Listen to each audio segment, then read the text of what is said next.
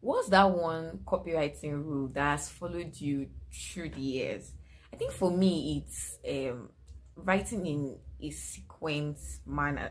I'm looking for that word. Writing in a descending order.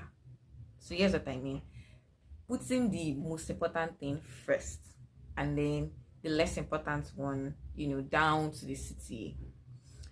If the city is the most important thing, I put it at the top, and then down to whatever.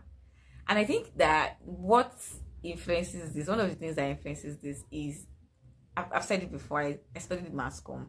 And in mass communication, you learn something called the inverted pyramid. And that's one of the ways to write news, right? That's like the most accepted way to write news. And it is basically putting the most important information at the top and then down to the less important one.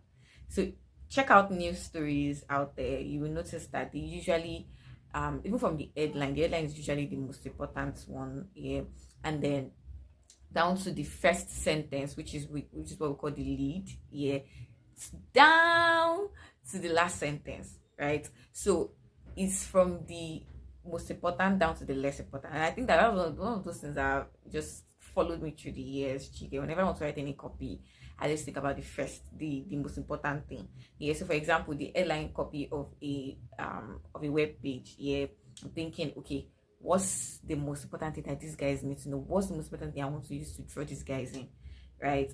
That's what I put as the headline copy, and then others can now start descending. So that's something that's followed me through the years. What's that one copywriting rule that has followed you through the years? Share with me in the comments. See you in my next video.